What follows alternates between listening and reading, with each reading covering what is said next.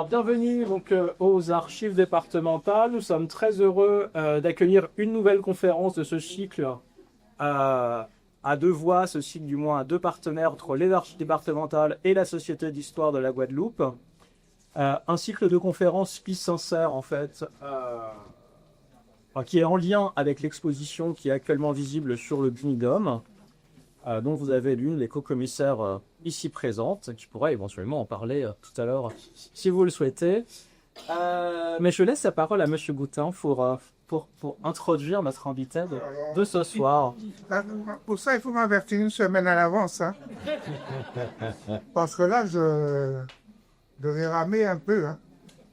Donc, la Société d'Histoire est heureuse d'accueillir Jean-Pierre Guingamp, dont on vous a mis un peu le pédigré. Ouais, merci. La Société d'Histoire est heureuse. Faut faire autre chose.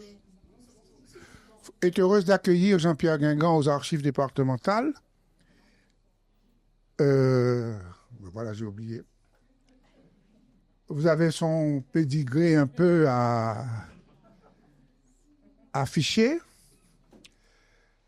Moi, je ne peux pas vous parler de lui en tant que président. Hein. Je veux vous parler de lui en tant que Raymond Boutin. Parce que c'est quelqu'un que je côtoie assez souvent, qui rectifie parfois mes erreurs, pas tout le temps, hein, parce il se dit ouais, bon, monsieur, il doit être péri, il va à colère, mais quelquefois, il dit ça. Mais que je connais depuis longtemps, faut vous dire que ça remonte à l'époque où j'ai fait une thèse sur la population de la Guadeloupe, et son aide m'a été particulièrement précieuse. À ce moment-là, j'ai fait sa connaissance, c'est Franck Garin qui m'a fait faire sa connaissance, c'était dans les locaux de l'Orstom à Pointe-à-Pitre, ouais. à Pointe-à-Pitre, aux Abîmes. Donc, c'est ce que je peux vous dire de lui, c'est la rigueur. C'est la rigueur dans le travail, c'est la rigueur dans l'expression. C'est quelqu'un qui ne laisse pas souvent passer les choses. Je vais vous donner une anecdote. Et je ne sais pas, je faisais une causerie et j'ai parlé de baby boom. Il vient me voir après, il me dit, mais hé, t'es malade? Il n'y a jamais eu de baby boom en Guadeloupe. C'est une erreur magistrale, c'est pas vrai ça. Et il m'explique. Et depuis, je n'emploie plus cette expression. Je vous le dis, c'est parce que pour que vous non plus, pour que vous cessiez de l'employer aussi. C'est pour ça, simplement. Voilà. Donc ce soir, il nous invite à parler de l'émigration antillaise dans les années 60-70. Nous allons l'écouter et apprendre. Merci beaucoup, Monsieur Guingamp.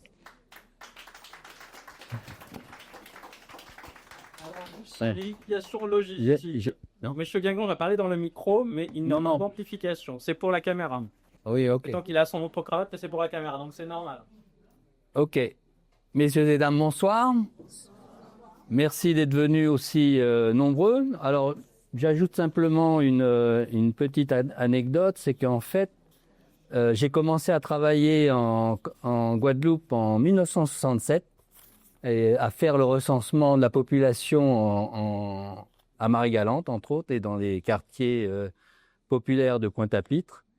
Et c'est là où j'ai appris l'état matrimonial guadeloupéen. Alors évidemment, on avait des questionnaires en français pour le recensement, et la question que je me posais, c'était comment on va demander à des gens qui, à l'époque, parlaient pour l'essentiel le créole, quel est votre état matrimonial? Alors évidemment, on dit qui non ao, qui l'en est au fait, etc., etc. Et est-ce ou maï? Et une fois j'ai une réponse, on est en monde qui a entré qu'à sorti. Ok. C'était la réponse. C'était la réponse. Et en fait, j'ai découvert après que, comment dirais-je, dans les Antilles anglaises, ce mode de cohabitation est reconnu et s'appelle Visiting Union. Et en Haïti, c'est le mot dans le questionnaire créole haïtien, c'est rester avec. Ok, donc voilà. Donc je continue. Donc, je vais vous parler des migrations antillaises dans les années 60-70, en le replaçant dans un contexte plus général. Et je suis content d'avoir ici Elvire Durizo, que j'ai connue en émigration dans les années 60 également, et qui va pouvoir aussi témoigner de cette période. Alors, on va d'abord parler du contexte historique, puis de l'émigration des années 70, hors Bumidum et hors Bumidum, et l'héritage du Bumidum. Alors, ceci est un peu un complément par rapport à l'approche féministe de Clara Palmist, l'approche féministe est tout à fait essentielle parce qu'un migrant, c'est bien souvent au départ des hommes, mais un homme a toujours besoin d'une femme. Donc l'approche féministe est forcément incontournable. Ensuite, on a eu la présentation de Malika Danikan sur les perturbations familiales, disons, entraînées par la migration. Et là, je voudrais avoir une approche un peu plus globale, macroéconomique, macro-sociale. Et enfin, on parlera de l'héritage du Bumidum. Alors, la première chose, c'est que le contexte des années 50-60 et l'immigration, il faut savoir que l'immigration, c'est une constante dans l'histoire post-esclavagiste des Antilles. L'immigration antillaise, en fait, elle se développe à partir des années 1880-1890 et elle est largement liée aux crises sucrières que connaît l'économie de plantation. Les premières grandes crises sucrières, c'est les années 80-90, 1880-1890, et elles correspondent en fait à l'émigration guadeloupéenne et martiniquaise vers Panama. Tout le monde a entendu parler d'émigration vers Panama et plusieurs personnes, en tout cas que je connais, ont des parents qui ont été à Panama. Maryse Condé, d'ailleurs, en parle dans son roman sur la vie scélérate, et parle d'un ancêtre qui était à Panama. On a estimé qu'entre 1881, la période française de la construction du canal, et 1920, la fin, on a estimé à quelques 50 000 personnes le nombre d'Antillais, Martiniquais et Guadeloupéens qui sont allés à Panama. Aujourd'hui, on estime à 60 à 70 000 personnes le nombre de descendants de cette émigration qui vivent au Panama et dont certains d'ailleurs ont gardé l'usage de la langue française et du créole. Il y a eu aussi le recrutement des servantes antillaises pour travailler aux États-Unis et au Canada, qui a aussi été important à la au tournant du siècle. Et le thème de l'émigration est aussi fréquent dans la littérature. Les anglophones parlant de l'émigration caribéenne parlent de culture de la migration. Alors il y a évidemment Adieu Foulard, Adieu Madras, Doudou Amon et Kapati, c'est pour toujours. Alors on ne sait pas pourquoi Adieu Foulard, Adieu Madras, si c'est parce que Doudou là, Péké Baïpon habitait encore, ou si il Péké ni à Poteyo encore. Ok. Ensuite vous avez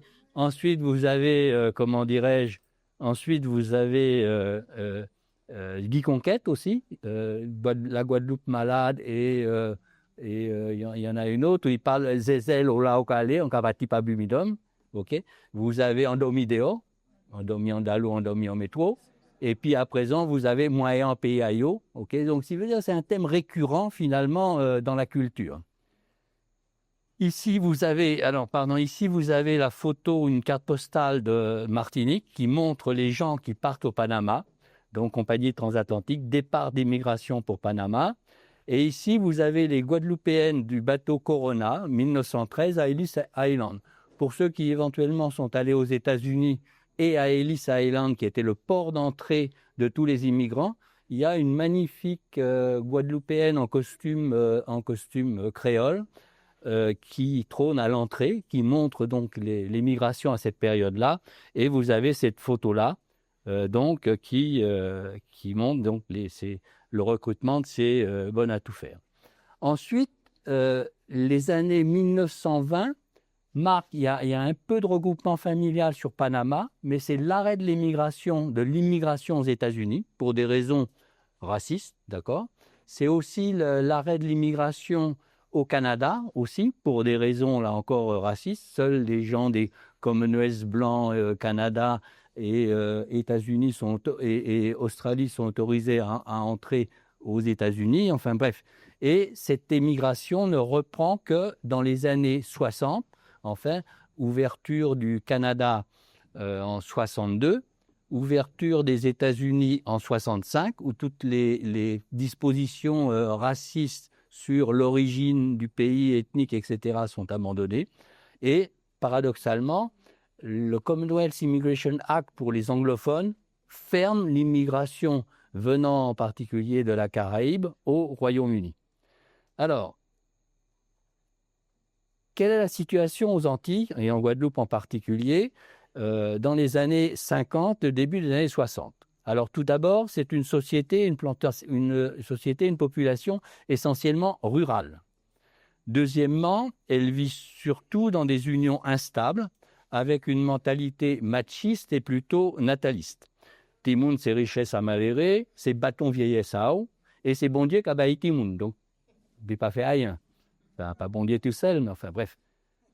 Les gens travaillent en majorité dans l'agriculture, le petit commerce et l'artisanat. Ils ont un faible niveau d'éducation, vivant pour la plupart dans des conditions précaires. Moi-même, j'ai connu cette période, en particulier à Marie-Galante, où j'ai vécu plusieurs mois en 66 et ensuite en 67, et où je suis retourné ensuite pour des raisons familiales à de multiples reprises. Les Antilles connaissent alors une véritable explosion démographique. Et l'explosion démographique, ce n'est pas un mot. Si je regarde ici, au début du graphique, vous avez dans les années 1930 à peu près un excédent naturel de 1000 personnes par an. Okay. Et puis, il y a, malgré les difficultés, il y a encore une crise dans les années 1930, il y a quand même apparemment diminution des maladies vénériennes, il y a quand même un système sanitaire qui se met peu à peu en place, et puis finalement, l'accroissement naturel augmente. Malgré, même en temps à Saurin, dans les années 40, enfin 40-43 en fait, c'est pas beaucoup d'années, le nombre de naissances continue à augmenter un peu, le nombre de décès ne bouge pas beaucoup, à part à la fin des années, dans le milieu des années 40. Et puis, à ce moment-là, en 30 ans, entre 1930 et 1960, vous passez d'un accroissement annuel de 1000 à un accroissement annuel de 8000. C'est-à-dire que le nombre de naissances atteint 10 000. Okay. Donc, ça veut dire que chaque année, il y a l'équivalent d'une commune moyenne de la Guadeloupe qui s'ajoute à la population. Donc, l'explosion démographique dont on parle, ce n'est pas un mythe, c'est une réalité. Et effectivement, à l'époque, quand on voit les enfants sortir de l'école, etc., c'était vraiment impressionnant. Parallèlement, malgré l'augmentation de la population relativement importante pendant cette époque, le nombre de décès reste à peu près le même. On part de 4 000, 3 000, okay, et puis finalement, on descend pendant toutes les périodes jusqu'en 70 à 2 500 par an. Okay. Aujourd'hui, on en est à un chiffre beaucoup plus élevé. Il n'y a qu'à entendre la longueur des avis d'obsèques à l'heure actuelle. En Guadeloupe, les emplois dans l'agriculture sont majoritaires, mais ils s'effondrent au début des années 60. Si on regarde par exemple les résultats du recensement de 61, à gauche, il y a 47 000 personnes dont l'emploi principal est dans l'agriculture, essentiellement dans la canne, un peu dans la banane, ceci surtout pour la Grande Terre et la Basse Terre Nord, un peu moins la Côte-sous-le-Vent, enfin, qui est un cas particulier. Et cela représente 48%, c'est-à-dire un emploi sur deux. Okay. Donc on est dans une situation vraiment rurale. Maintenant, si je regarde le recensement de 81, on est à 16 000 personnes travaillant dans l'agriculture, okay, c'est-à-dire 3 fois moins en 20 ans, on a perdu les 2/3 des emplois, okay, et il n'y a plus que 17,5% de personnes qui travaillent dans l'agriculture. Donc c'est un changement majeur, et Jean-Pierre Sainton a appelé cette période le passage à une société post-plantation par rapport à ce qui existait avant. Vous savez quel est le pourcentage de gens dont le métier principal actuellement est dans l'agriculture en Guadeloupe? Quel pourcent? Le jardin créole, les cultures traditionnelles, tout Bitanou-Katanda, avec Yasser, etc. Bon, c'est moins de 5% maintenant. Okay. Et c'est pas beaucoup de gens et c'est mécanisé, etc. Donc voilà pour un changement majeur. Ok. Ensuite, aussi, l'éducation, les niveaux d'éducation sont très très bas. Moi, je me souviens, en tout cas, fin des années 60 à Marie-Galante, quasiment personne dans la vie de tous les jours ne parlait français. En fait, on ne parlait que créole et le pourcentage de personnes dites analphabètes, mais pas forcément bêtes, ok, était très important. Ici, vous avez la description du système scolaire. En fait, si vous regardez au début des années 50, ok, les générations qui avaient l'âge d'entrer en sixième à 11 ans étaient de l'ordre de 6 000. Et un peu plus 7 000 après. Mais à l'époque, il fallait passer l'examen d'entrée en sixième pour continuer. Et il n'y avait même pas 10% des enfants qui réussissaient l'examen d'entrée en sixième. Et en fait, comme vous le savez, à cette époque, beaucoup d'enfants commençaient à travailler, aider les parents ou autres, ou pour les jeunes filles, servir d'aide, c'est-à-dire de bonne à tout faire dans les ménages, à partir de 12 ans, 13 ans. Beaucoup d'enfants, beaucoup de personnes à l'époque commençaient à travailler à 12 ans, 13 ans, même avant 14 ans. Et puis donc, le pourcentage d'admis en sixième a augmenté. Et puis en 59, je crois, il y a une loi qui est passée qui a porté l'obligation scolaire à 16 ans et qui donc a porté finalement la scolarisation de tous les enfants en sixième au collège, qui fait que cette scolarisation obligatoire n'est devenue effective que dans les années 70, à cause du décalage. Donc on est passé d'une société qui était peu scolarisée, ou voire pas scolarisée, à une population qui est devenue progressivement, mais ça c'est au milieu des années 70, scolarisée. Et on oublie ces choses-là. Ça ne veut pas dire que les gens étaient plus bêtes, etc. Ça ne veut pas dire que les femmes qui avaient des commerces, des petits lolos, etc., pas s'affronter l'argent. J'étais pas affronter l'argent à eux. Mais, au point de vue culture générale, il n'y avait pas de culture générale. Alors, l'émigration des années 60-70 intervient dans ce contexte-là. Ce qu'il faut savoir, c'est que malgré l'explosion démographique qui prenait les pouvoirs publics à court, finalement, il y a eu une absence de mesures pour freiner l'explosion démographique jusqu'au début des années 60. Il y a une position attentiste, comme si le gouvernement était paralysé par cette explosion. Le premier plan de développement, 46-52, est centré pour les DOM sur la relance économique, les infrastructures, la santé, l'éducation. Et comme je l'ai dit précédemment, il y avait énormément de besoins à l'époque. Pour donner un exemple, au début des années 50, à peu près les 3/4 des naissances avaient lieu à la maison, en dehors des établissements hospitaliers. Là, presque tout le monde tenait l'ombricaillot terré côté Casla ou derrière Casla. Et au début des années 60, c'était 90% des enfants finalement dont les mères accouchaient dans des établissements hospitaliers, cliniques ou hôpitaux. Le deuxième plan 54-67 fait le constat de la surpopulation des DOM et de l'importance des coûts pour satisfaire les besoins essentiels. C'est sûr qu'avec une population qui augmente de 8 000 par an, c'est des coûts au point de vue éducation, santé, etc., pour des nouveaux départements ultramarins, qui sont... Le troisième plan, il innove en reconnaissant et en inscrivant pour la première fois la nécessité d'une immigration massive, 6 000 personnes par an pour chacune des Antilles, et la mise en place de la limitation des naissances. Ça, c'est le troisième plan. Mais, il y a ténélé pour la raison suivante. D'abord, la loi de 1920 interdit la contraception et criminalise l'avortement. Donc, ils étaient incapables de mettre sur pied aucune mesure d'encouragement et évidemment d'importation des contraceptifs. Ensuite, le manque de ressources empêchait le financement de l'immigration. En fait, pendant toute cette période, c'est comme si rien n'a pas changé. La France n'a pas déjà mis assez d'argent pour faire tout ça établi. Alors, donc, et à l'époque, évidemment, les transports se faisaient surtout par bateau, ok, et ils étaient très coûteux. Le développement de l'avion, c'est finalement dans les années 60. L'émigration forcée des Antillais commence en 1960 avec l'obligation de faire son service militaire. Alors, jusqu'en 59, l'ensemble des jeunes Antillais ne faisaient pas effectivement leur service militaire, sauf les engagés.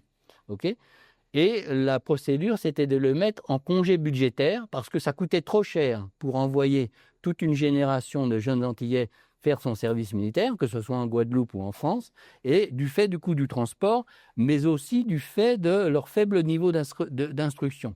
Alors, on a une collègue, Karine Sitcham, qui a fait une thèse justement sur ce problème et qui mentionne des rapports de responsables militaires qui disent que les Antillais non seulement ont, je cite ce qui est dans son travail, non seulement ils ont un niveau d'éducation très faible, mais finalement ils sont moins intelligents que les recrues métropolitaines, hein, carrément. Hein, okay.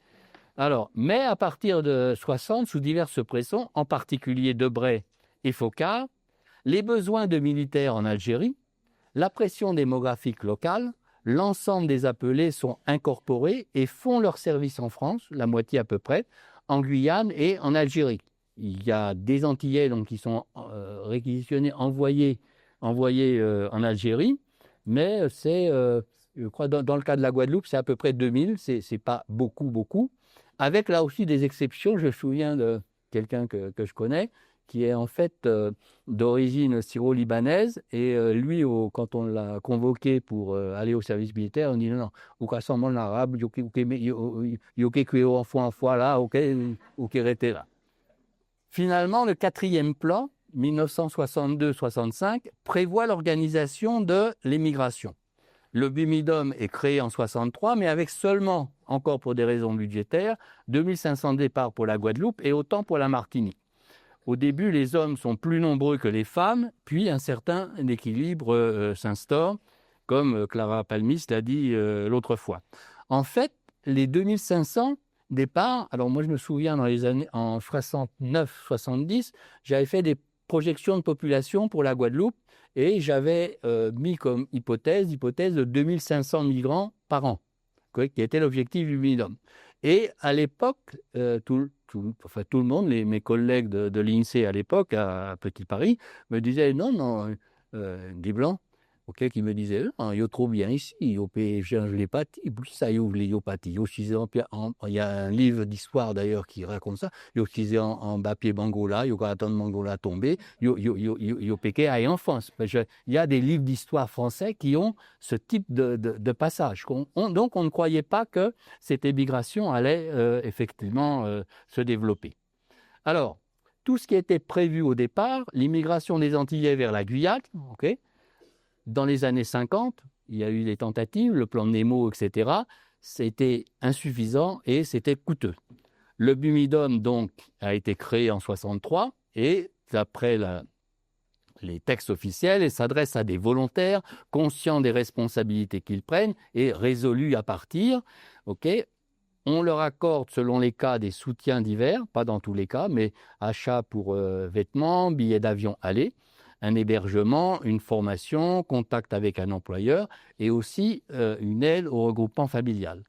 Le BUMIDOM a ainsi organisé entre 63 et 82 le départ de 42 000 Guadeloupéens à peu près.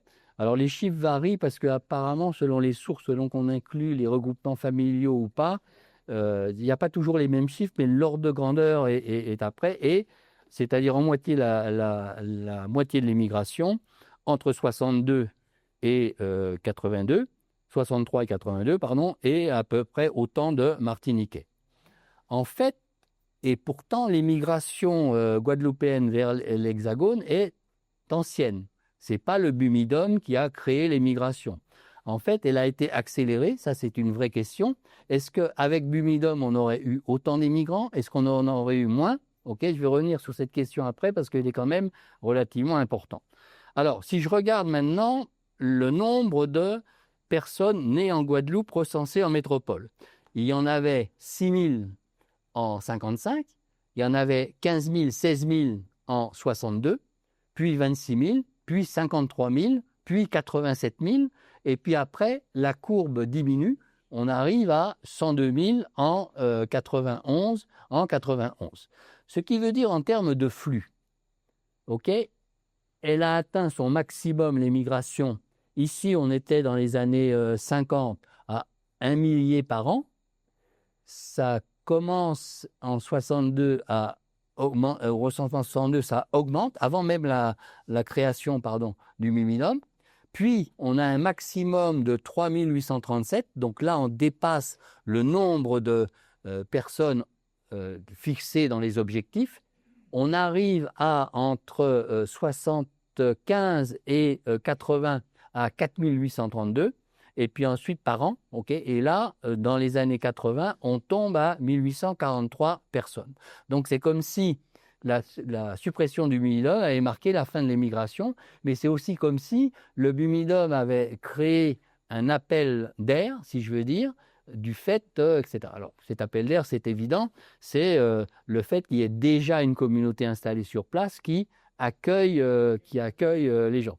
Alors, une petite anecdote à ce sujet, je me souviens à Marie-Galante en 66, je demandais à une voisine si elle avait une jeune voisine, si elle avait l'intention de partir en France. Je dis, moi, en PSG, aller en France. Je dis, mais pourquoi? Je dis, ou quand en France, premier jour là, il y a au bien à la famille, ou capoter poisson, capoter patates, capoter cubita. Deuxième jour, il y a vraiment des nouvelles, etc. Deuxième jour là, toujours même bita. Troisième jour là, il y a un Jean Piffret. Quatrième jour là, il y a madame qui a commencé babier missier, madame missier qui a commencé babier madame, ou quoi comprendre ces moments, c'est lait pour battre. Okay, donc, ça aussi c'est l'expérience de beaucoup de migrants accueillis dans des parents souvent d'ailleurs éloignés qui connaissent pas, et ça va bien au début, et puis finalement après ça se gâte. Alors au total donc, le BUMIDOM a organisé environ la moitié de l'émigration guadeloupéenne, de 63 à 82, avec donc un maximum à la fin des années 70, puis ensuite une baisse totale. Alors, revenons sur l'émigration des années 70-80. Au départ, les migrants BUMIDOM, y compris les démobilisés, ok. Alors, il y a une astuce, les démobilisés du service militaire sont envoyés directement en formation s'ils ont de la famille déjà sur place. S'ils n'ont pas de la famille sur place, on les renvoie aux Antilles et après le BUMIDOM les rappelle pour les renvoyer. Enfin, moi j'ai des exemples dans ma belle famille de ce type. Ils sont majoritairement placés soit en formation, soit directement en emploi. La moitié des femmes ont des contrats avec l'assistance publique et dans les hôpitaux. Alors de ce point de vue-là, l'ouvrage de Jacqueline Manicom, dont on a beaucoup parlé ces temps-ci, son ouvrage La Graine, qui raconte son expérience de sage-femme dans les hôpitaux de Paris, dans les années, elle est très, très évocatrice de ce point de vue-là, du type d'immigrés antillaises qui travaillent dans les hôpitaux. Mais il y a beaucoup de déceptions et d'attentes frustrées, en particulier parce que les emplois qu'on propose aux Antillais, en formation d'ailleurs comme directement à l'employeur, sont des emplois peu qualifiés, peu payés, et les conditions de logement, etc., sont difficiles. Ceci est un peu partiellement illustré par l'exposition. Puis à partir des années 70, les regroupements familiaux deviennent de plus en plus importants, et le BUMIDOM, et en fait, on pourrait croire que c'est la suppression du BUMIDOM, je vais y revenir tout à l'heure, en 82, qui fait que l'immigration a diminué, mais en fait, à partir du milieu des années 70, avec les chocs pétroliers, la France connaît le début d'un chômage de masse. Et la France réagit par l'arrêt de l'immigration de travail en 1974 et en 1977, je ne sais pas si vous vous souvenez de ça, elle instaure une aide au retour des étrangers, le million Stoleru, pour les inciter à retourner chez eux. Et ça ne marche pas très bien. Donc finalement, ça diminue parce que la France n'a pas besoin de main-d'œuvre encore. Au contraire, elle cherche à diminuer sa main-d'œuvre. Donc finalement, le BUMIDOM est supprimé, mais la baisse de l'immigration nette, puisque quand on mesure l'augmentation des immigrants, c'est moins les départs et moins les décès, puisqu'il y a quand même des décès, dans les années 80, n'est pas la cause de cette suppression. elle est la cause du non-besoin en main-d'œuvre de la métropole, et évidemment, les retours au pays commencent aussi à cette période-là. Aussi, en 82, les dispositifs institutionnels changent, mais une immigration, quoique réduite, continue. Le gouvernement socialiste donc supprime le Bumidum en réponse aux critiques, traite à l'envers, génocide par substitution, etc. L'ANT pour l'insertion des domiens est créée en 82, puis l'ADOM en 2004, qui remplace l'ANT, qui ont le souci affiché de prendre en compte l'insertion professionnelle des migrants et leur retour éventuel au pays, avec en 2009 l'extension des compétences de l'ADOM à la continuité territoriale, dont on parle encore aujourd'hui. Alors, à noter aussi que l'émigration au départ des autres pays de la Caraïbe a connu des évolutions similaires dans les années 50, 60 et 70, pour des raisons plus ou moins similaires, sur lesquelles je vais revenir tout à l'heure. Parallèlement, les Antilles s'affirment comme des territoires d'immigration dans les années 80. Entre 82 et 90, les soldes migratoires des deux îles deviennent positifs. Alors que dans les années 70, il y a un départ massif et qu'avec la diminution de la fécondité et les départs spontanés ou les départs du Bumidum, la population augmente très très peu. Le solde migratoire devient positif avec une migration qui vient de métropole et une immigration étrangère et des retours. Et une forte diminution du départ des natifs natals, comme on dit, c'est-à-dire de ceux qui sont nés ici. Entre 54 et 90, le nombre de personnes nées hors Guadeloupe passe de 8 200 à 65 000. Multiplication par 8 fois 8, 64, oui, multiplication par 8. Même dans les années 60, il y avait très très peu d'Haïtiens en Guadeloupe. Il y avait des Anglais, bien sûr, les Dominicains, et c'était les seuls étrangers qu'il y avait. Il y avait également peu de métros. Moi, quand j'étais à Marianne dans les années 60, il y avait 4 métros, 2 gendarmes, le prêtre et moi-même. C'est vrai, il n'y avait pas d'eau, d'électricité courante, etc. Non, je plaisante pas. Hein. Ouais. En 2010, on a en Guadeloupe, donc maintenant, 80 000 non-natifs, 20% de la population, contre 4%, dont 45 000 nés dans l'Hexagone, mais un tiers de ces nés dans l'Hexagone, c'est des originaires, c'est-à-dire dans la définition du recensement, ceux dont l'un des parents est né dans les Antilles. Alors, c'est ce qu'on appelle, comment dirais-je en créole, les négropolitains, où j'ai entendu à l'auditorium Jérôme Flier dans les années 90, pour la première fois, le nom hexagonal. C'était comment dirais-je, le sénateur François Louisy qui utilisait ce mot-là pour la première fois. Alors, dont le concept est un peu difficile. Hein. En fait, ce n'est pas le fait d'être né sur place, c'est le fait d'être élevé sur place, et avoir perdu le contact finalement avec les Antilles. On va revenir tout à l'heure. Et 27 000 sont nés à l'étranger.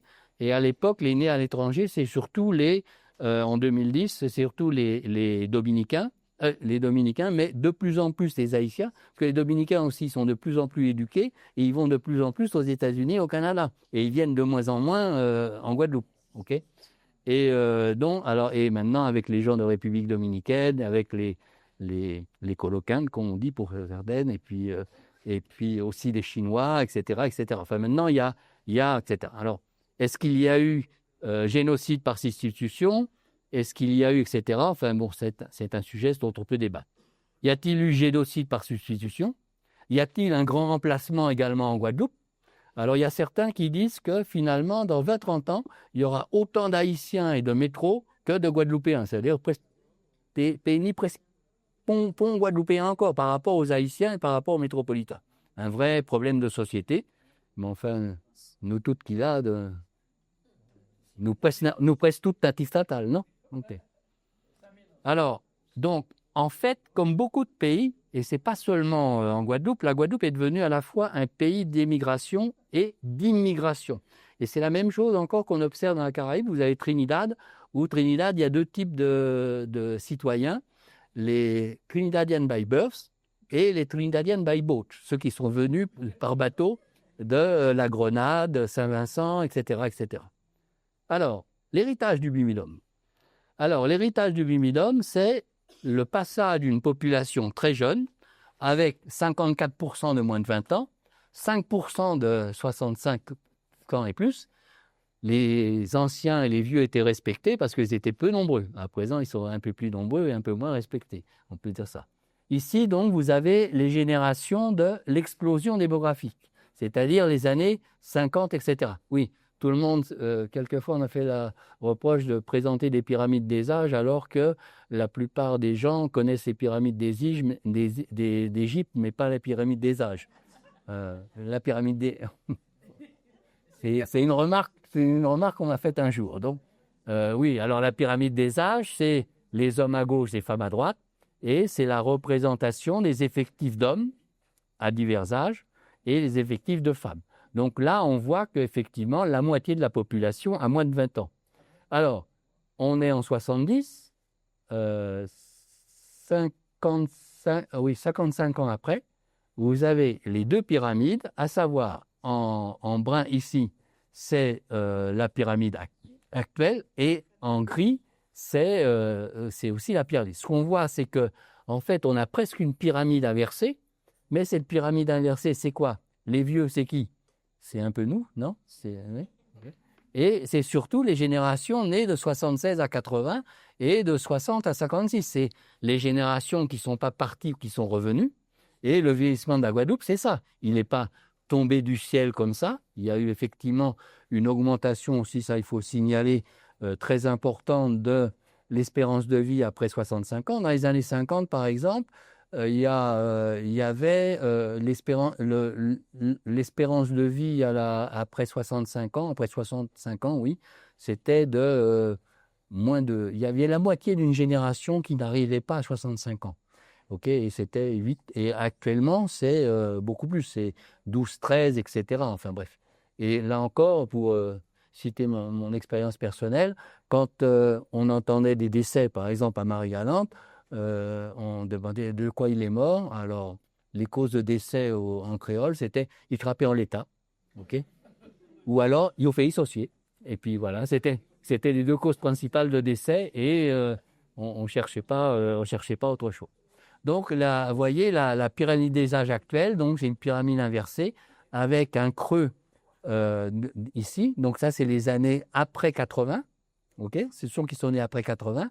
Après, donc, la diminution du nombre de naissances du fait de l'émigration et du fait de la baisse de la fécondité. Voilà. Donc, actuellement, on a à peu près autant de personnes de moins de 20 ans que de personnes de 65 ans et plus. OK ? Alors, l'émigration antillaise, elle a conduit à une importante diaspora en métropole. 240 000 personnes en 2011. C'est une enquête qui a été faite par l'INSEE. Et comme vous voyez dans cette pyramide, donc ça, c'est les natifs des Antilles, il y a très peu d'enfants. Okay, donc, ça veut dire que l'émigration, c'est une émigration après 20 ans, okay, d'après cette pyramide, etc. Mais, évidemment, il y a ceux qui naissent en métropole.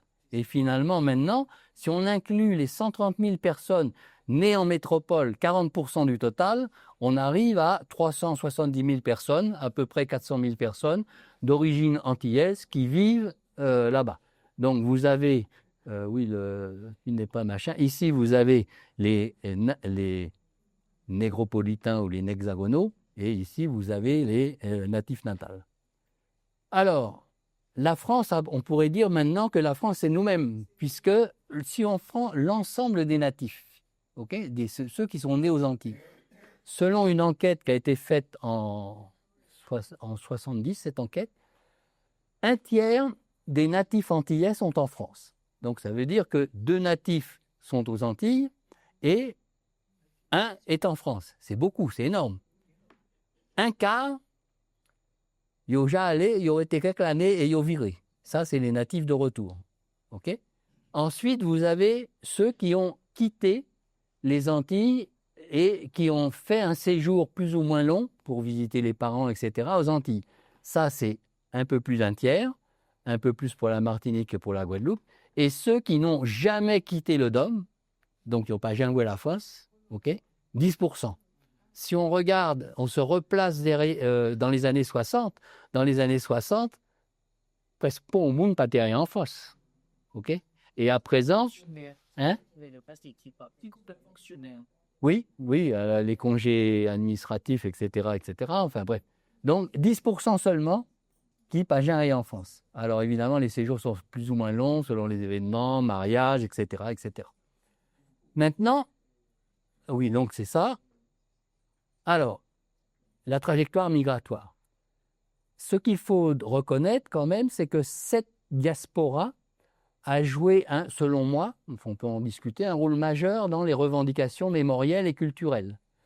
Il y a eu la marche du 23 mai 98, avec en particulier Serge Romana, etc., que j'ai bien connu à l'époque, avec la création aussi du CM, Comité Marche 98, et la demande de la reconnaissance de l'esclavage comme crime contre l'humanité. Cette initiative vient plutôt de la France. Je ne me souviens pas, en tout cas dans les années 90, qu'il n'y ait aucun homme politique guadeloupéen qui ait revendiqué, qui ait eu cette revendication. Et donc, ça a abouti à la loi Taubira en 2001.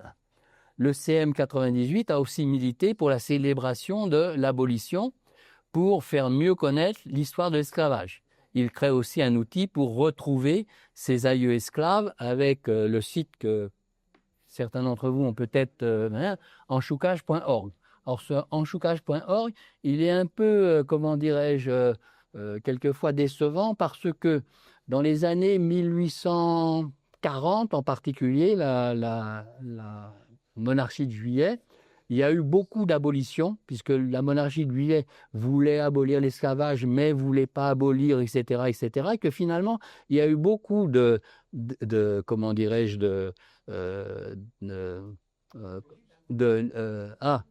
d'émancipation, ok, à cette période-là, qui fait qu'on ne les trouve pas dans la base de données en choucage. Ok.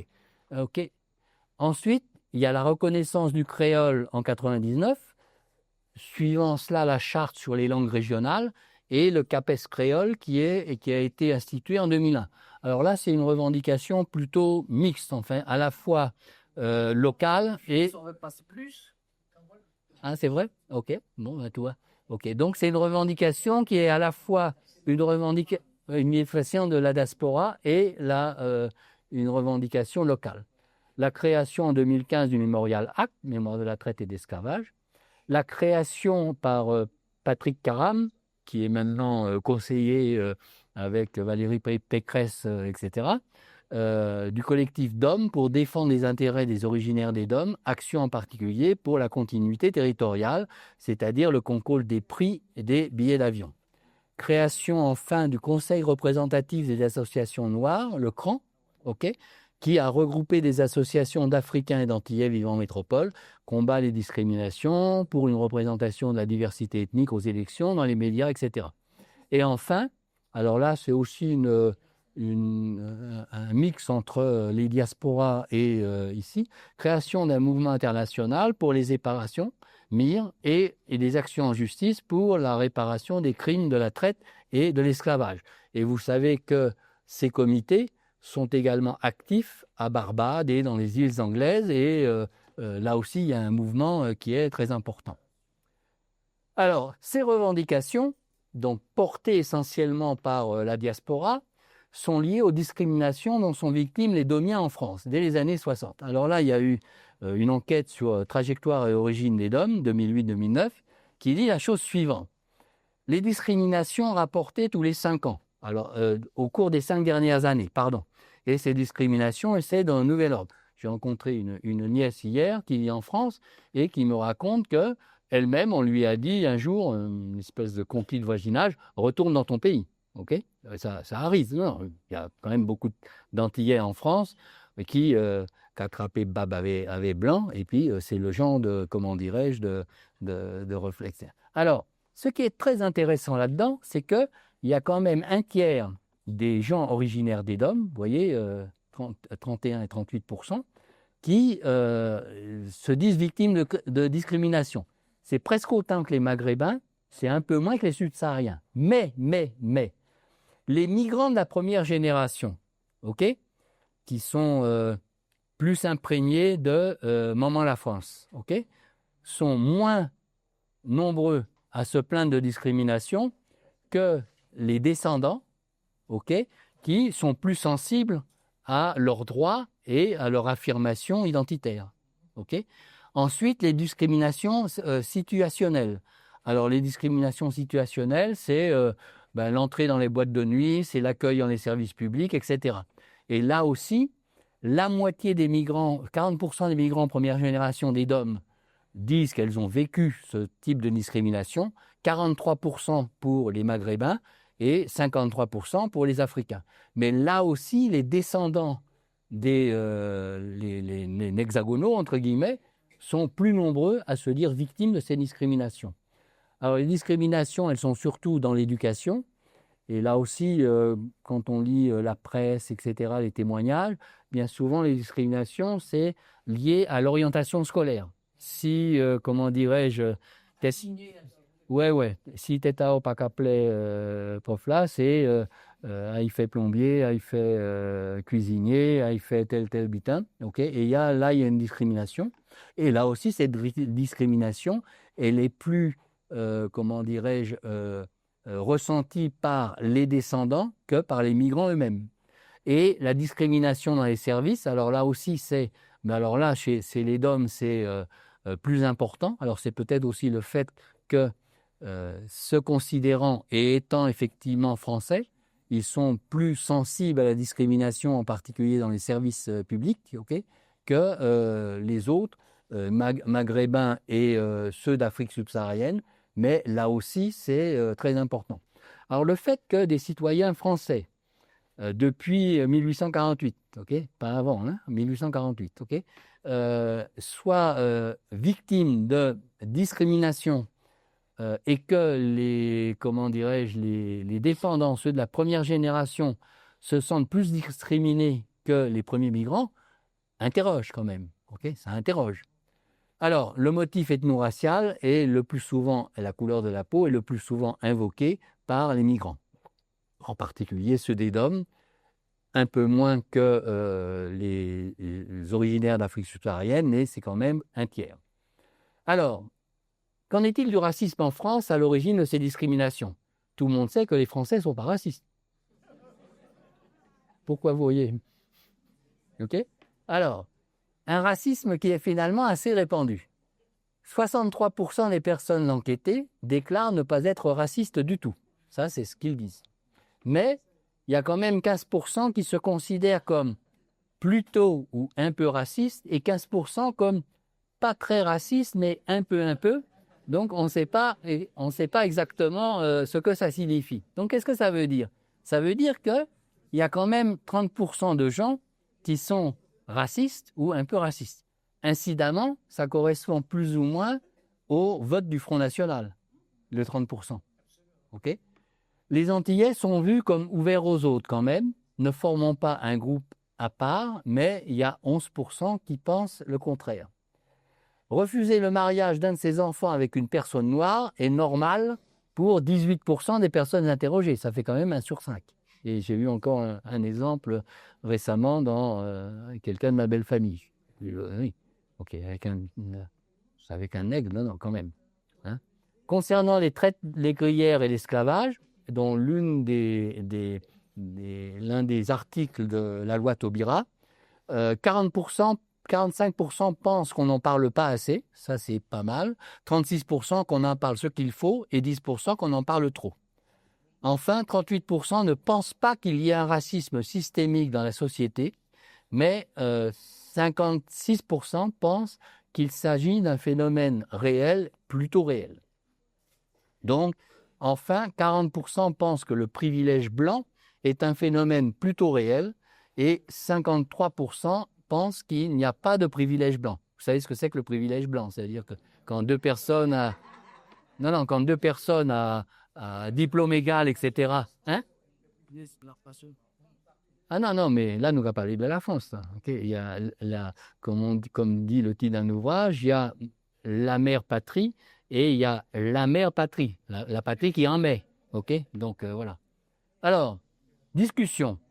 Alors là, la discussion, c'est les migrations guadeloupéennes et martiniquaises ne se distinguent pas vraiment de celles observées ailleurs dans la Caraïbe, malgré les différences institutionnelles.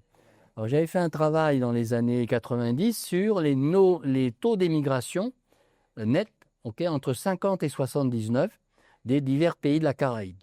Et vous voyez que par rapport à la population de 1960, ceux qui sont partis représentent pour la Guadeloupe et la Martinique 30% et 29% pour la Martinique. C'est plus que Trinidad, Haïti, la République dominicaine, Cuba, etc., qui sont les îles les plus peuplées qui n'ont pas une immigration libre, mais c'est 2 fois moins que ce qu'on observe pour les petites îles, Sainte-Kitts, Sainte-Lucie, Saint-Vincent, Aruba, Dominique, Suriname, Jamaïque, Grenade, etc. Donc ça veut dire que l'immigration correspond à un phénomène réel qui touche l'ensemble de la Caraïbe et le Bumidum finalement est quelque chose qui s'est réajouté là-dessus par rapport à cette situation-là. Alors là, on parle de solde migratoire. Alors on peut dire d'ailleurs que le Bumidum a boosté les migrations, mais on peut dire aussi que l'extension des avantages familiaux, l'allocation femme seule, etc., fait que finalement, ça a incité plus de gens, en particulier les femmes avec enfants, etc., à rester sur place plutôt que d'aller en France. Hypothèse vraie. Comment expliquer la similitude de ces évolutions dans des contextes très différents? Parce qu'en fait, Porto Rico, Guadeloupe, Martinique, Aruba, Curaçao, etc., c'est des pays qui ont toujours une émigration libre, vers leur métropole. Mais pour les gens des Antilles anglaises, les Haïtiens, République dominicaine, Cubains, etc., l'immigration n'est pas libre. Il faut qu'ils aient un visa, un permis de séjour, etc.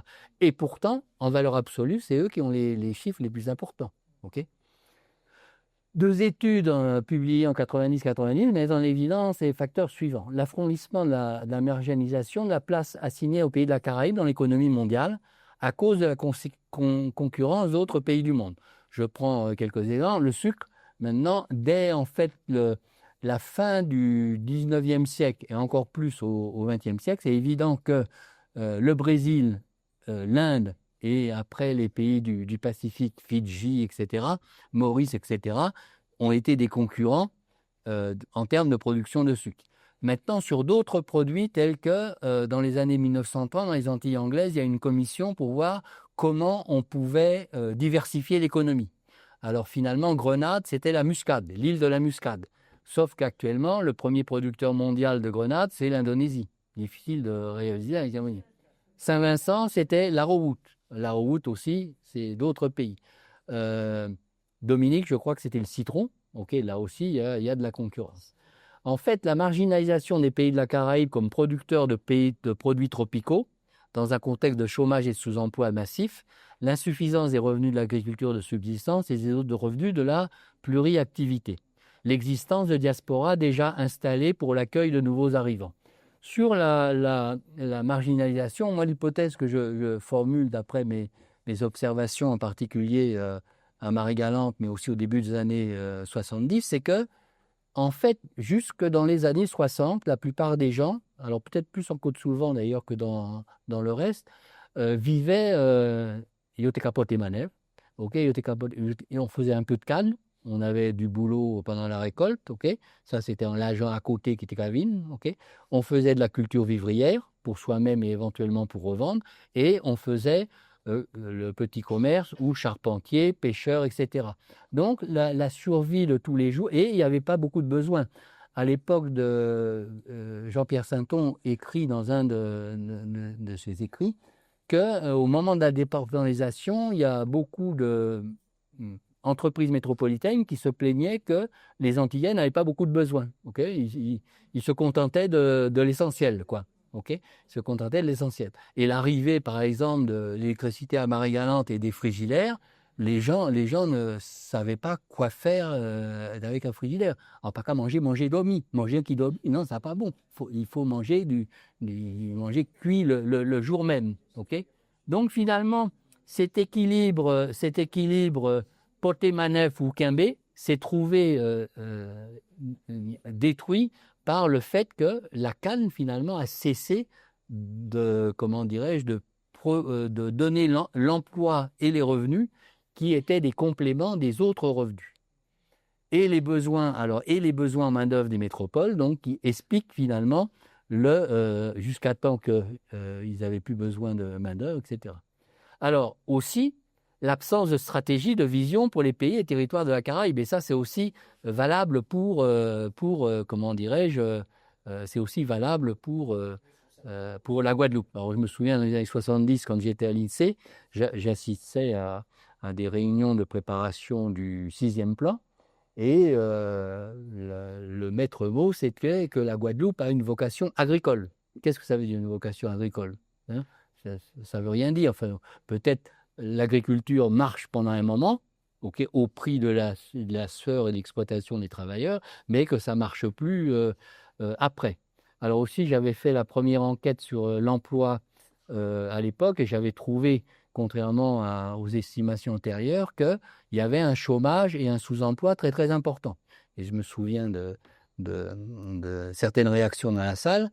Je ne dis pas de qui il s'agissait, mais vous avez deviné, il n'y a pas de chômeurs en Guadeloupe, il n'y a que des feignants. Donc, Et aussi le fait que, quand je comparais la Guadeloupe aux autres pays de la Caraïbe, la Guadeloupe n'est pas un pays. Alors quand même, là, j'avais dit, mais écoutez, on parle des pays de la Loire. Les pays de la Loire n'ont pas encore demandé l'indépendance, non? Ok. Alors, autre interrogation. L'immigration, c'est l'émigration, je me suis trompé, est-elle aurait-elle moins importante sans le Bumidum? Difficile de répondre à cette question. Je crois que finalement, elle aurait été... Parce que quand je regarde les gens que je connais qui sont partis avant ou après, sans le Bumidum, bon, les gens se sont débrouillés pour emprunter de l'argent, etc., à gauche et à droite, pour payer le billet d'avion et donc être accueillis et éventuellement par des parents. Donc, difficile à savoir, mais il y aurait eu de toute façon une émigration importante compte tenu de la dynamique démographique et de la dynamique économique. Les conditions d'insertion des Antillais en France ont-elles été favorisées avec le Bumidum? Alors, il y a eu, comme l'a dit Malika Danican, il y a eu un contrôle des migrants. Contrôle par rapport aux formations proposées, par rapport aux lieux d'implantation, etc. Et quand on lit certains écrits de l'époque, il est sûr que ceux qui sont arrivés hors Bumidum ont eu apparemment plus de difficultés d'insertion que ceux qui sont arrivés avec le Bumidum. D'autant plus que ceux qui sont arrivés vers le Bumidum, bien souvent après la fin de la formation, ou même avant la fin de la formation, qui étaient dans le Midi ou dans certaines régions de France, ils ont été échappés, ils ont été à Paris, joindre les parents, etc. Comment vont réagir les membres de la diaspora à la montée du rejet de l'immigration par la classe politique française actuelle et une proportion importante de l'opinion publique française? Il ne vous a pas échappé actuellement que tout ce qu'il y a sur la radio, c'est les OQTF, obligation de quitter le territoire, le pauvre Malien qui s'est fait assassiner, il ne faut pas oublier qu'il était un OQTF, a dit Rotalio, et que l'immigration n'est pas une chance pour la France, comme a dit le ministre, etc. Et que ceci va forcément, selon moi, affecter d'une manière ou d'une autre une partie de la population racisée, comme on dit maintenant, qui habite en métropole. Enfin, les liens entre les Antilles et la diaspora restent-ils forts et vont-ils se maintenir? Quel est le regard des natifs natals sur les hexagonaux? Et pour terminer sur une note humoristique, je vais passer la parole à Gwenaëlle qui va nous lire un slam qu'elle a fait sur les hexagonaux.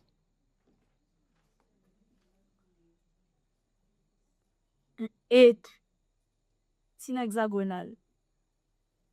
Viens, je te ramène au pays natal. Faut que tu retrouves... Plus fort, plus fort. Voilà. Ah oui, allez, oui, vas-y. Ouais. Et sin hexagonal. Viens, je te ramène au pays natal pour que tu retrouves les vibrations fondales. C'est vital, sinon toute ta vie, elle sera bancale. Tu ne comprendras pas pourquoi tu es aussi mal dans ta vie occidentale. Et, sin hexagonal, viens, je te ramène au pays natal pour que tu retrouves les vibrations fondales. C'est crucial. Sors de la copie et fais corps avec l'original. Ne pas te connaître toi-même serait fatal pour mener une vie normale. Mon petit hexagonal là, pour toi, c'est capital. Attention au choc frontal, ça risque d'être brutal. Mais à terme, ça sera bon pour ton mental. Viens, viens, je te ramène au pays natal. Dans une petite brise matinale, je te guiderai dans les bois sur les traces du bossal en cavale, là où il a façonné notre colonne vertébrale et nous a légué notre résistance viscérale. Bon, et, dis ça, le hexagonal.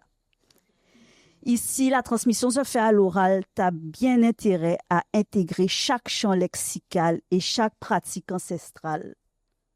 Pas paix, en Kéba on parle. Pas fait des rébénales, hein. En Ké fait aucun petit journal pour marquer tout ça qui est natif natal. Venez, à City Chimé communal, en les charrettes en nous qui mettre fanal. Mettez-vous bien pour pas ton papal. Faut que vous tienne les chats pas là, rat kabay bal. Histoire bougo ezekal. Et ça qui en bec pas en fal. Domino pas qu'à jouer en pangal. Ouais. En que fait un grand créolopal. À présent, 6. Bon, on fait un petit pause spécial. À don petit bal en que la boisson nationale. Juste ça il faut hein pour pas faire canal. Obligé de consommer local. Mais là on goûter, attention pour pas finir goulou grand fal. Bon. Allez ou suivre tin hexagonal.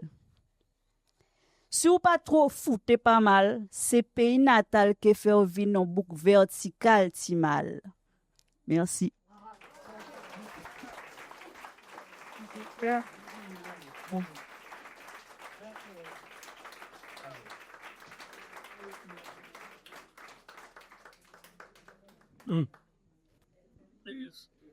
Merci en pile.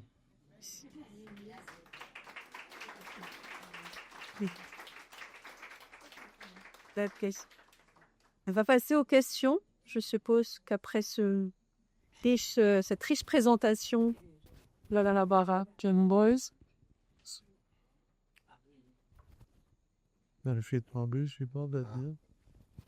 Bonsoir, mesdames et messieurs. Il y a un canal. Monsieur Guingamp, je voulais vous poser une question. Oui. Après l'appel du général de Gaulle pendant la guerre, est-ce qu'on sait combien d'Antillais, Guadeloupe et Martiniquais qui sont partis sur les bateaux pour aller combattre contre les Allemands? Est-ce qu'on a une idée de combien de personnes qui sont parties? Et si ces personnes sont revenues ou bien ils sont restés en France?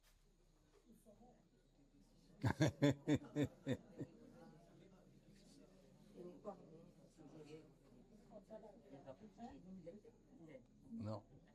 Oui. Non, j'ai pas de comment dirais-je d'informations à ce sujet. Ok. Je sais par contre qu'il y en a qui sont revenus, il y en a qui sont restés d'ailleurs. Ok. Et là encore, d'après les gens que je connais, il y en a qui sont restés et qui voulaient pas revenir parce qu'ils avaient en tête l'histoire, la ville de Pointe-à-Pitre, avec ces canaux, les golomines, etc., enfin les conditions de vie à Pointe-à-Pitre dans les années 50-60, c'était pas fameux, hein, les canaux à ciel ouvert, etc. Mais je ne sais pas. Ça doit être écrit quelque part, mais je ne sais pas.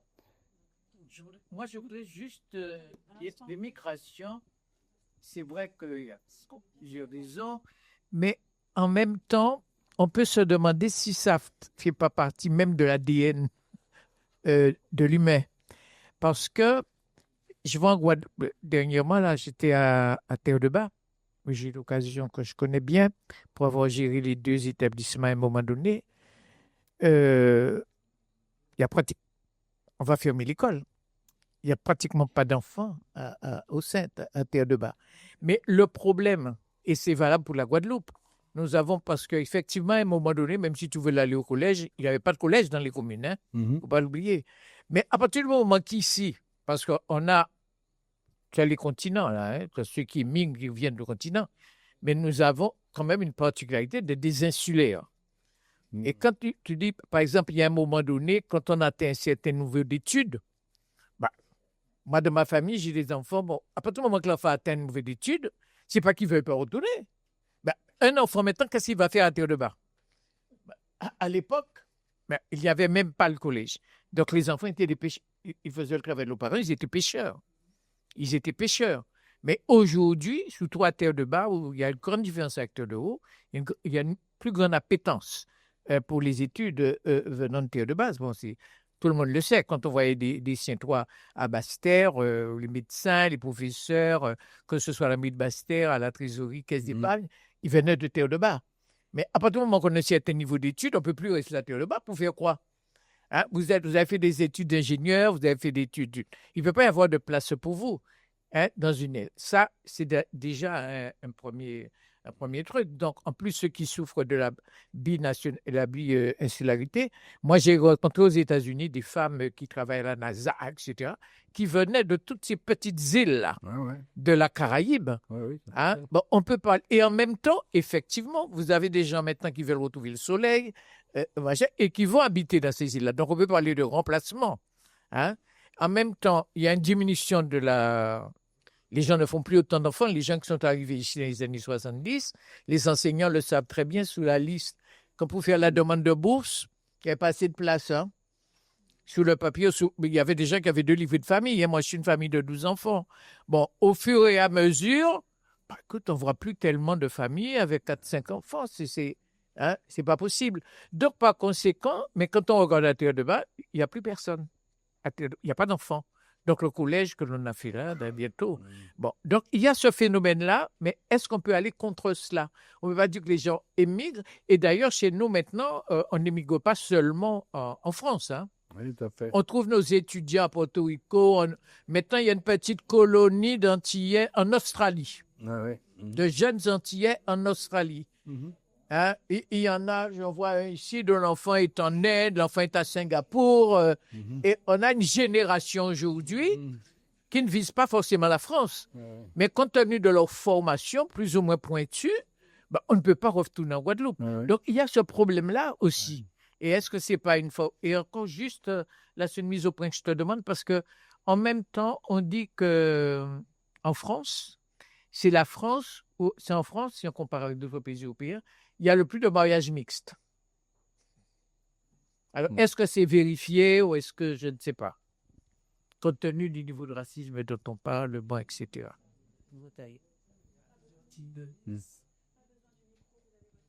Oui.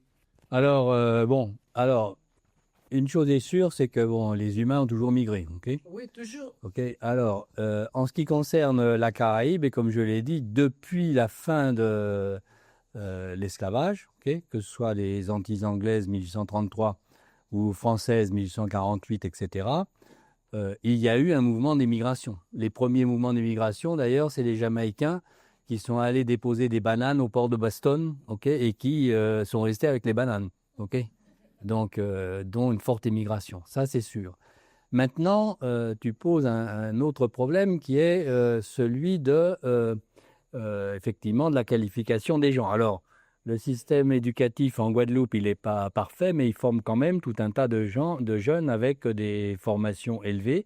Et le fait que le début de la formation, en médecine d'ailleurs, et sciences éco, etc., puisse se faire en Guadeloupe et que ensuite les gens puissent partir faire des masters et autres à l'extérieur, favorise l'acquisition par un bon nombre d'Antillais de formations très élevées. Alors, le retour, comme sont en train d'essayer de le promouvoir les Martiniquais, c'est pas évident. Parce que moi, alors j'ai fait des calculs sur le nombre d'arrivées sur le marché du travail à l'heure actuelle. Et le nombre d'arrivées sur le marché du travail à l'heure actuelle en Guadeloupe, c'est 3500, 4000. Et en regardant les soldes migratoires, à peu près un quart émigre. Et alors, le retour, il est problématique. Alors, il y a des enfants qui ne vont jamais trouver de travail ici. Et il y en a d'autres aussi qui ne sont pas tellement intéressés non plus à revenir. Alors, en ce qui concerne les mariages mixtes, j'ai pas de données sur les Antillais, mais dans les enquêtes que j'ai citées, il y a des données sur les Maghrébins en particulier et sur les autres. Et effectivement, y compris chez les Maghrébins, il y a, au bout de la deuxième génération, il y a énormément comment dirais-je, de gens qui sont mariés avec des Français ou enfin des gens d'origine française. Donc ça veut dire qu'en fait, contrairement au discours ambiant sur la non-assimilation, etc., et c'est malheureusement le cas d'une partie, c'est malheureusement, enfin, ou heureusement, je ne sais pas, le cas d'une partie des émigrés antillais. Bon, tes parents sont nés dans les années, je vois autour de moi, dans les années 60, sont partis en France. Ils ont fait leur vie en France, ils ont eu 2, 3 enfants et qui ont été élevés dans la région parisienne ou éventuellement dans des petits bleds à gauche à droite. OK. La pratique du créole au sein de la famille se perd. OK. Donc, ils peuvent dire qu'ils comprennent sans vraiment comprendre. OK. Et ils fréquentent au lycée, etc., des gens d'origine diverse et très peu d'Antillais. OK. Très peu d'Antillais. Donc, au bout de la première génération, effectivement, dépendant de là où ils ont été élevés et de leurs parents, et même en France, enfin, parmi les générations, il y a des parents qui ne parlent pas créole à la maison, à leurs enfants. Okay. Donc, ça donne le hexagonal qui est perdu au pays natal. Okay. Donc, au bout de la deuxième, troisième génération, il est sûr qu'il y aura un mix je vais revenir sur un truc, un mix de la population qui fait qu'on sera devant deux populations séparées. Alors, je voulais finir là-dessus, sur l'origine du pape.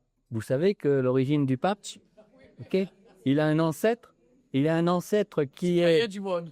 Non, mais alors, son arrière-arrière-grand-père était à Pointe-à-Pitre et il est mort à Marie-Galante, à Grandbourg. Oui, il est mort à Grandbourg. Mais il a eu un enfant illégitime, apparemment, parce qu'il était déjà marié en France, mais il fait un petit monde dehors. Okay. Et celui-là est parti à la Nouvelle-Orléans, okay, Aristide. Mais Aristide, finalement, à la Nouvelle-Orléans, s'est marié avec une mulâtresse, d'après les actes d'état civil, et qui s'est elle-même mariée avec un nègre apparemment d'Haïti. Enfin, il y a eu des recherches généalogiques. Donc, et à présent, alors comme disait quelqu'un, un beau-fils, il disait « Ah, mais c'est un pape Guada !» Mais et par rapport à ses origines, il n'a plus rien de guadeloupéen, quoi. Voilà. Donc, non, on est de toute façon dans un brassage de population qui est de plus en plus, de plus en Même plus. Même dans nos propres familles. Oui, bien sûr. Parce qu'il y avait une immigration qui avait été aussi vers le Canada pour la Oui, tout à fait, oui. Bien, quand vous partez, Et les bonnes à tout faire. quand vous partez à 18 ans, vous faites une formation. Alors les enfants, ils disent, ah, on va revenir, les parents sont contents. Mais j'en ai même une, je lui ai dit, mais sois franche avec ta maman parce que tu vas pas revenir. Et elle me dit, elle a son copain là-bas. Elle a son copain là-bas qui l'attend. Mais c'est tout à fait normal. Ce sont des probabilités parce que quand on part à cet âge-là faire des études, on a toutes les chances à cet âge-là de rencontrer un futur compagnon qui peut être d'origine diverse. Et maintenant, on trouve même dans les familles antillaises, on trouve du plus noir au plus blanc, etc. à force de brassage et de mélange. Moi, chez nous, on est 12, mais c'est l'ONU, hein. Il y a de tout. Mais oui, forcément. Forcément. Mais ça, c'est de plus en plus. Ouais. Merci, 17, mais c'est que Espagne, la semaine, je... Où est-ce que tu parles ici? J'ai oublié tout. Excusez-moi, juste un instant. J'ai une Renault Arcana qui bloque quelqu'un qui doit partir. Et le Renault, où il voit du Renault qui est garé et qui bloque. Renault Arcana. Et Cana, c'est ici. Monsieur Labarque, c'est le monsieur Labarque. Non, Marc, voilà. Oui.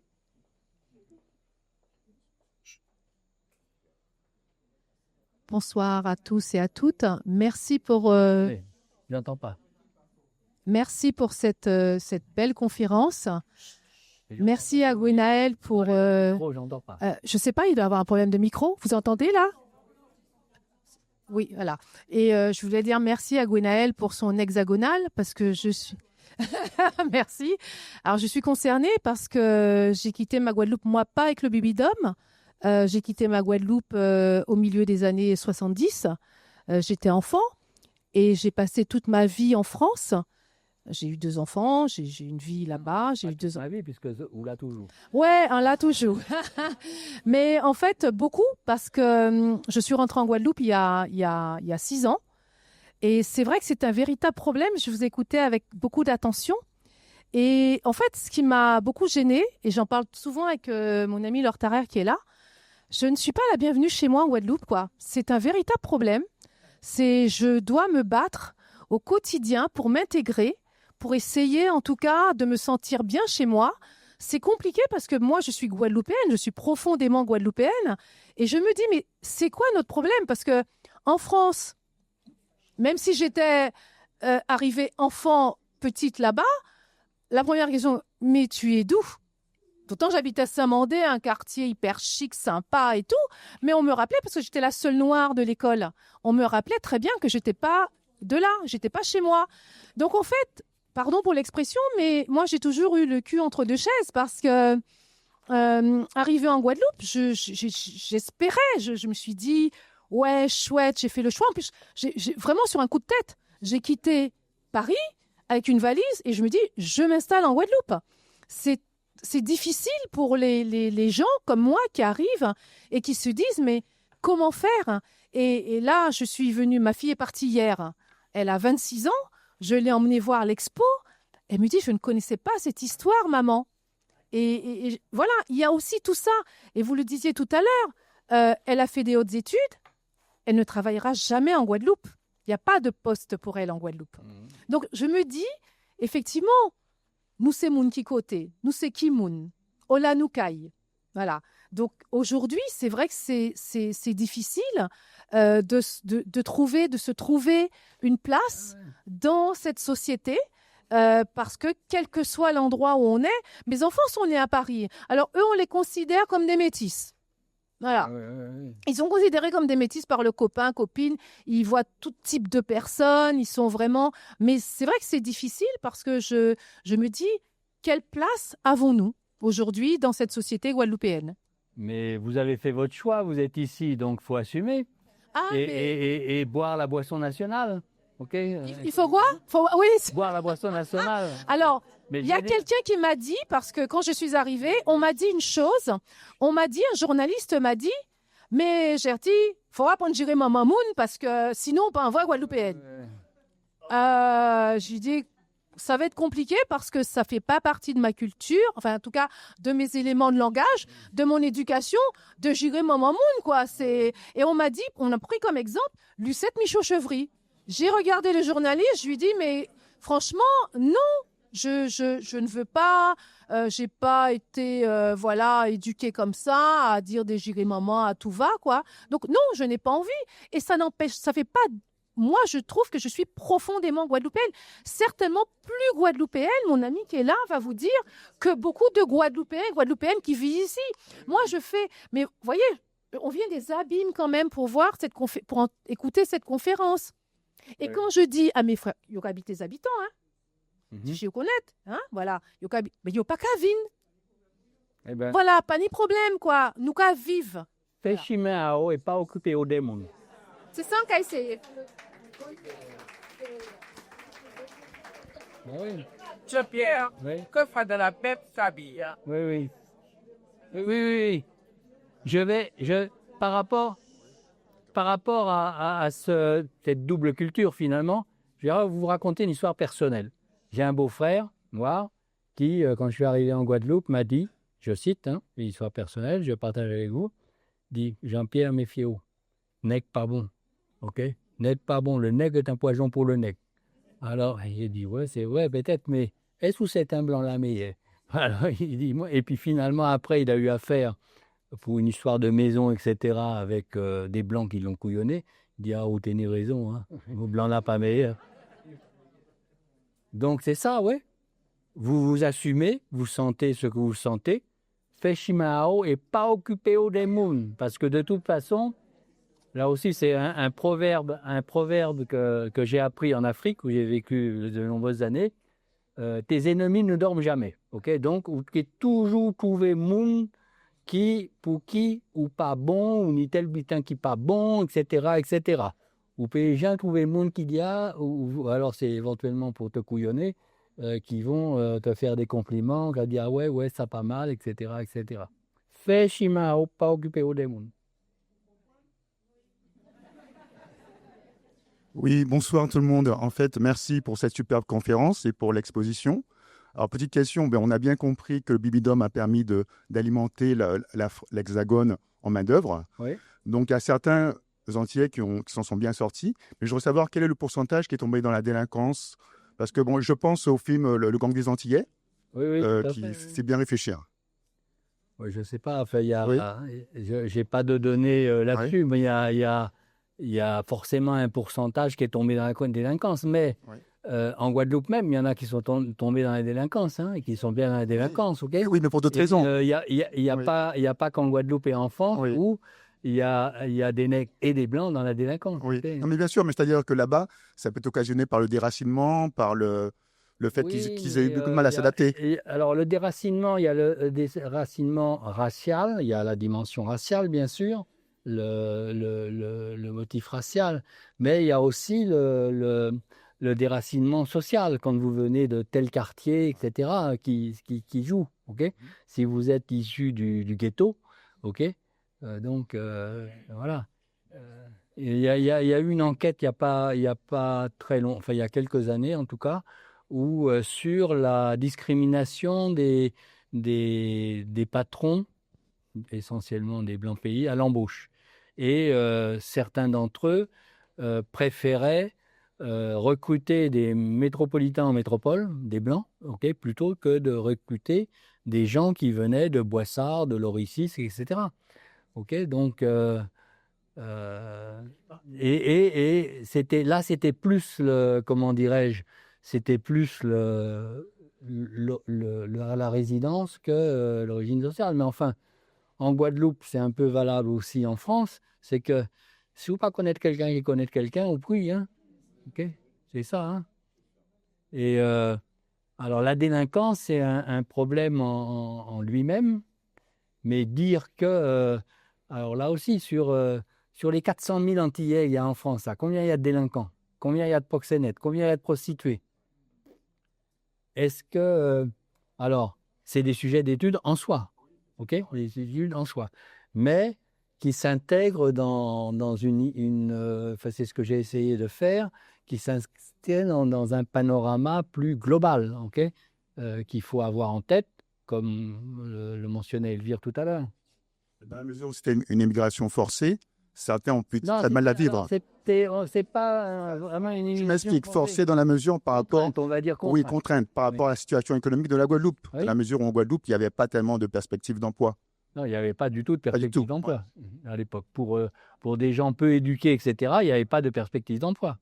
Excusez-moi, juste un dernier point, je ne sais pas pour nous causer la parole, mais moi, autour de ma propre famille, ce que j'ai pu observer, c'est vrai qu'on s'y va trouver des années 60, mais enfin là, c'était une migration pour faire les études. Oui.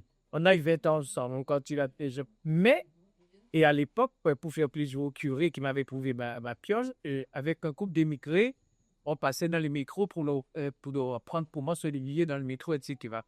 Mais ça dépendait du lien familial qu'on avait.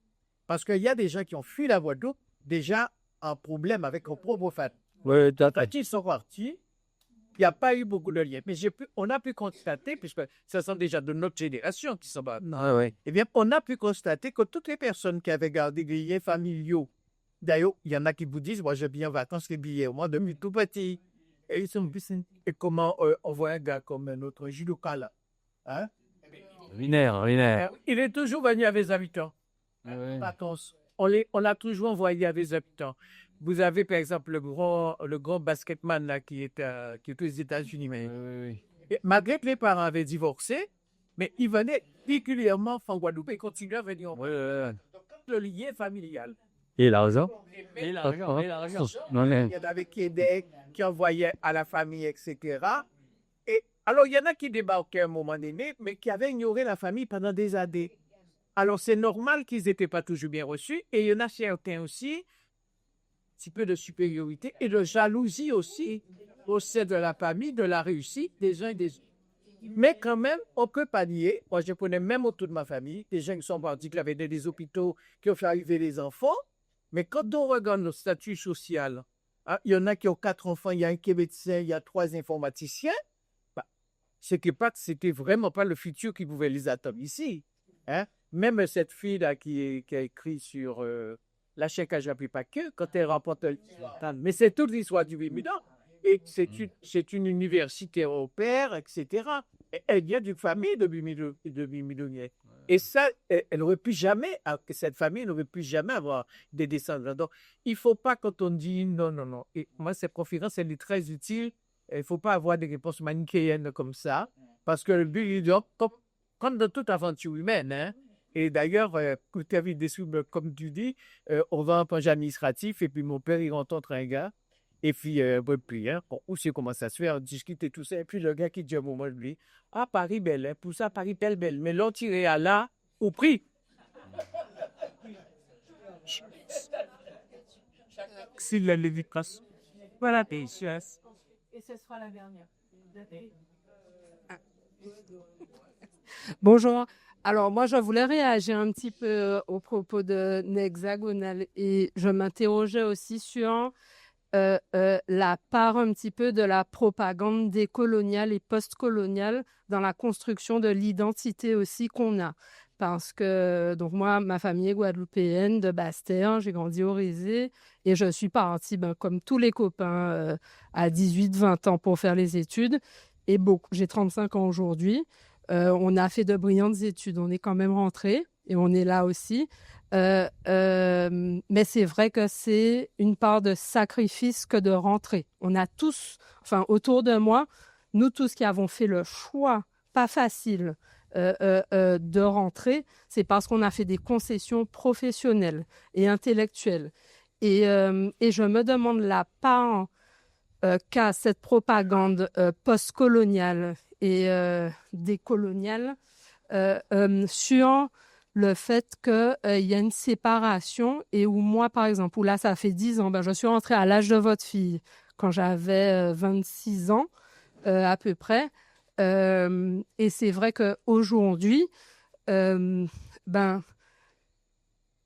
comprends la difficulté des gens qui reviennent comme vous, madame.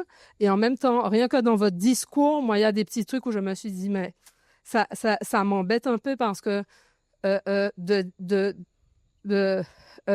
a grandi ici, mais nous aussi, nous pas qu'à gérer moun dans notre éducation, d'accord? Oui, non, mais je comprends. Mais je veux dire que, en fait, la construction qu'on a de nous-mêmes, et quand là, ça fait 10 ans que je travaille ici, et j'avais travaillé à Paris dans des lieux prestigieux, je vais dire, ici, quand je reviens ici, et même quand on a des clients qui sont de la diaspora guadeloupéenne et qui s'adressent à moi, par exemple, ou à certains d'entre nous, il y a un certain mépris de nous-mêmes, envers nous-mêmes. Oui, et aussi, et je finis comme tout le monde sur une anecdote personnelle. Alors, le truc qui m'a toujours frappé, et je ne sais pas si Ludo sera d'accord, on était à Paris ensemble et on est revenus aussi un peu ensemble. C'est que je trouve que la construction de notre identité est beaucoup plus longue. Moi, j'ai appris l'histoire du Bumidum quand j'étais déjà en master dans une bonne école parisienne et j'étais en finance, dans un master de finance. Et ma directrice de mémoire, qui était quelqu'un pour qui j'avais beaucoup d'admiration au vu de son parcours académique et son parcours, je dirais, professionnel. La première chose qu'on s'est tous présentés, j'étais la seule colorée, je vais dire. Elle m'a dit, ben, madame, pour vous qui êtes de la Guadeloupe et pour tous mes élèves Erasmus, on n'a pas le droit normalement à ce niveau d'études, mais je vous autorise le dictionnaire, d'avoir un dictionnaire dans mon cours. Et je suis jeune, vous voyez. Donc, le truc aussi, c'est que, et heureusement, je m'étais bien débrouillée. Heureusement, j'avais réussi à avoir un bon emploi. Je travaillais à la banque Rothschild quand j'avais fini, mais il y avait quand on devait passer à la fin de l'année devant l'amphithéâtre et dire ce qu'on faisait et tout, tous mes camarades m'ont dit ah ben toi tu vas travailler à la poste. Heureusement, un mois avant, une copine un peu plus cultivée que moi et instruite m'avait expliqué ce qu'était le Bumidum. Donc j'ai pu aller m'asseoir et me poser avec ces gens qui se considèrent l'élite de la France de même et dire, ben en fait, oui, ma grand-mère, c'est vrai, elle a travaillé dans les hôpitaux, etc. Mais voilà comment ça s'est passé aussi un petit peu et quelle est notre réalité. Et donc, mais le fait que j'ai appris tout ça à 20 ans, que j'en savais rien avant, que j'arrive et que c'est aujourd'hui, je crois que c'est quand on a eu 30 ans qu'on a commencé à plus se poser des questions, à rechercher nous-mêmes, c'est qui riche pense, c'est qui l'âge, qu'est-ce qui s'est passé, etc. De découvrir les Jean Bélénus et tout. Quel rapport avec on la a du mal. pensée coloniale vous avez... Parce que quand on a une partie de la population qui est partie et que dans cette époque-là, on avait quand même une vision et une construction et une propagande qui s'instaurait même au niveau des historiens, où certains historiens vous disent que, alors je ne vais pas me rappeler des dates malheureusement et tout, je pense que ça participe aussi à la construction de soi, à l'envie que nos grands-parents aussi, d'une certaine assimilation, d'une certaine manière de faire et d'être, qui font aussi que c'est plus difficile pour la personne qui revient en Guadeloupe parce que son identité est bousculée. Et pour moi, je me pose la question justement du rapport. On a parlé de choses très économiques et factuelles, mais aussi à l'échelle plus peut-être anthropologique et sociétale de l'impact au terme de la construction de l'identité et de ce que ça crée chez un hexagonal, le retour et la différence entre les différentes populations. Le thème de la conférence, c'était l'émigration antillaise dans les années 1960-1970. 65 ans après, nous avons une population vieillissante. Alors, on n'a pas trop parlé des conséquences et on n'a pas trop parlé des ruptures dans les transmissions. Est-ce que vous voulez bien nous dire 2 mots, s'il vous plaît? Tu veux en parler? Moi, je vais en parler? Non. Et si tu veux que j'en parle? Oui.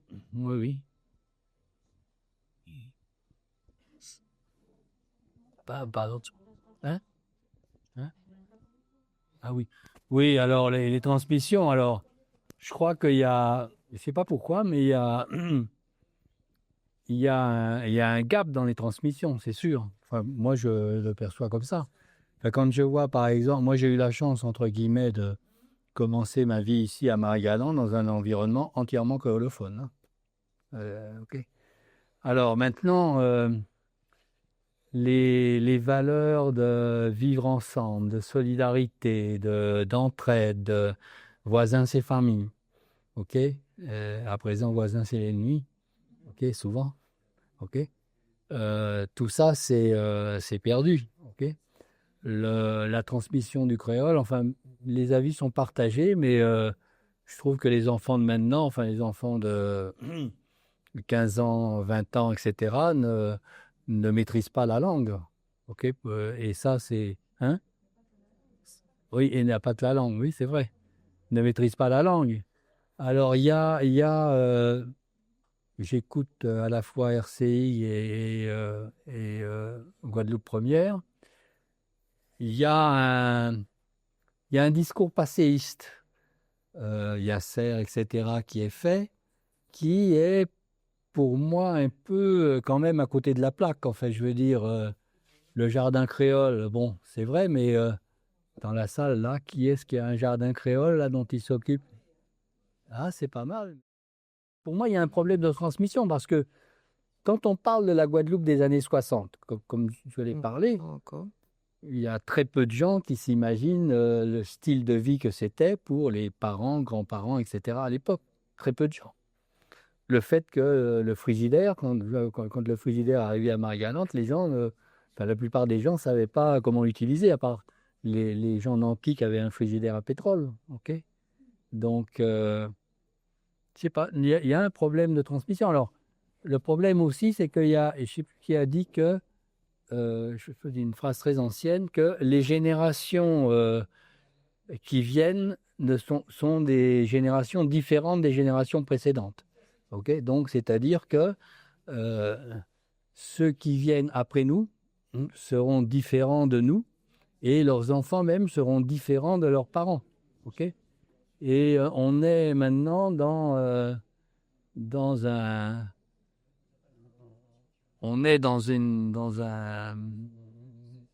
une mondialisation médiatique, etc., réseaux sociaux, etc., qui génère des recompositions des valeurs, du vivre ensemble, etc., etc. Enfin, il y a certainement une réflexion à avoir là-dessus. Et il faudrait comment dirais-je, alors, relevez le doigt là pour voir qui c'est qui a un jardin créole là. S'il vous plaît, par ici. Oui, okay. Par ici, on veut parler. On veut parler par ici. Oui. Oui. Pardon, monsieur. C'est juste pour essayer de répondre à la question concernant les statistiques des délinquants issus du Bumidum. Moi, je voulais vous dire qu'il n'y a pas de statistiques parce que nous avons été lâchés par le Bumidum. Je dis nous parce que je suis une migrante. 1971. Le Bumidum ne s'est jamais occupé de moi. Donc, on a parlé de formation. Je voulais dire de quelle formation s'agit-il? Parce qu'on cherchait nos formations nous-mêmes. Voilà. Vous êtes parti avec un billet Bumidum? Oui, parti avec un billet simple. On n'a pas précisé non plus que le Bumidum nous offrait un billet simple. 1971, j'avais 19 ans. Oui. 19 ans, parce que les parents étaient pauvres. Oui. Hein, je suis de la Côte-Soulevant. Hein. Oui. En Côte-Soulevant, effectivement, on ne mourait pas de faim parce que les parents étaient agriculteurs. Maintenant, on se crée des besoins. Mais bon, j'étais une jeune fille, j'avais besoin d'aider mes parents parce que ce qu'on doit dire aussi, c'est que c'était les enfants qui aidaient les parents à l'époque. Mm-hmm. Hein? Parce que quand les parents étaient dans la pauvreté, moi j'ai quitté le lycée, j'avais un bon niveau scolaire, j'étais en seconde en 1971. Donc j'ai quitté le lycée en pleine année scolaire pour aller avec le Bumidum parce qu'on m'a proposé du travail ou une formation. Et puis finalement, la formation a été faite à Crouy-sur-Ourcq, la formation de femme de ménage. Vous avez été à Crouy-sur-Ourcq? Non. J'ai été là pendant un mois, je crois. Un mois. Et puis après, on m'a balancé à Paris, dans un foyer, chez les bonnes sœurs. Enfin, je dis bonnes, hein, sœurs, parce que elles m'ont, quelques jours après, au mois de juillet, elles nous ont demandé de partir. Elles devaient fermer. Ça devait fermer parce que c'était des vacances. Mm-hmm. Et quand moi, je n'avais personne. Je connaissais personne à Paris. Mm-hmm. À Paris ou en France même. Je connaissais personne. Donc, je dis que j'ai eu beaucoup de chance parce que j'avais fait une bonne rencontre sur le bateau. Alors, j'ai fait la bonne rencontre parce que la prostitution dont on n'a pas parlé, la prostitution commençait depuis sur le bateau. Parce qu'ils nous guettaient, nous les jeunes filles. Hein, les belles jeunes filles que nous étions, ils nous guettaient sur le bateau. Et j'apprends au fur et à mesure que même ça commençait dans les bureaux du Bumidum.